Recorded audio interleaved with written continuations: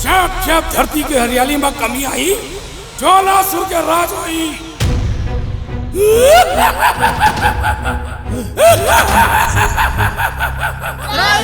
प्रभु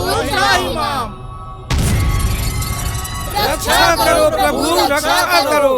हे भोलेनाथ, ज्वालासुर के संक्रमण ला दूर करो प्रभु। ज्वालासुर के ताप ले धरती धधका थे प्रभु। ओम ह्रीं श्रीं शीतलाय नमः। आरती उतारो मैं तोर हूँ, जय जय शीतला मैया।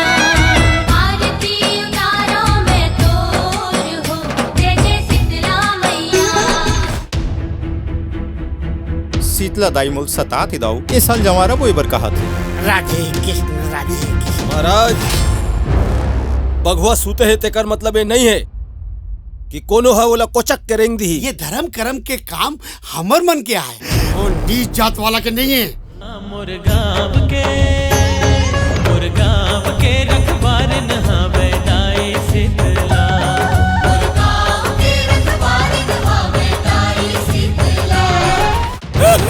अरे बड़ा मुसीबत आ गए यार। अरे का हो गए? अरे गांव भर में माता रोग आ गए है। का करनी मोर नाव शीतला के माता रोग।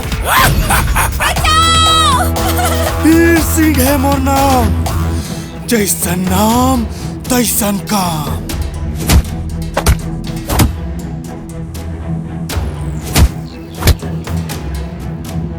हे गदा महाराज, तय तो शीतला दाई की सवारी हस। शीतला दाई ला कही बे तो लक्ष्मी के दुख भारी हो गए।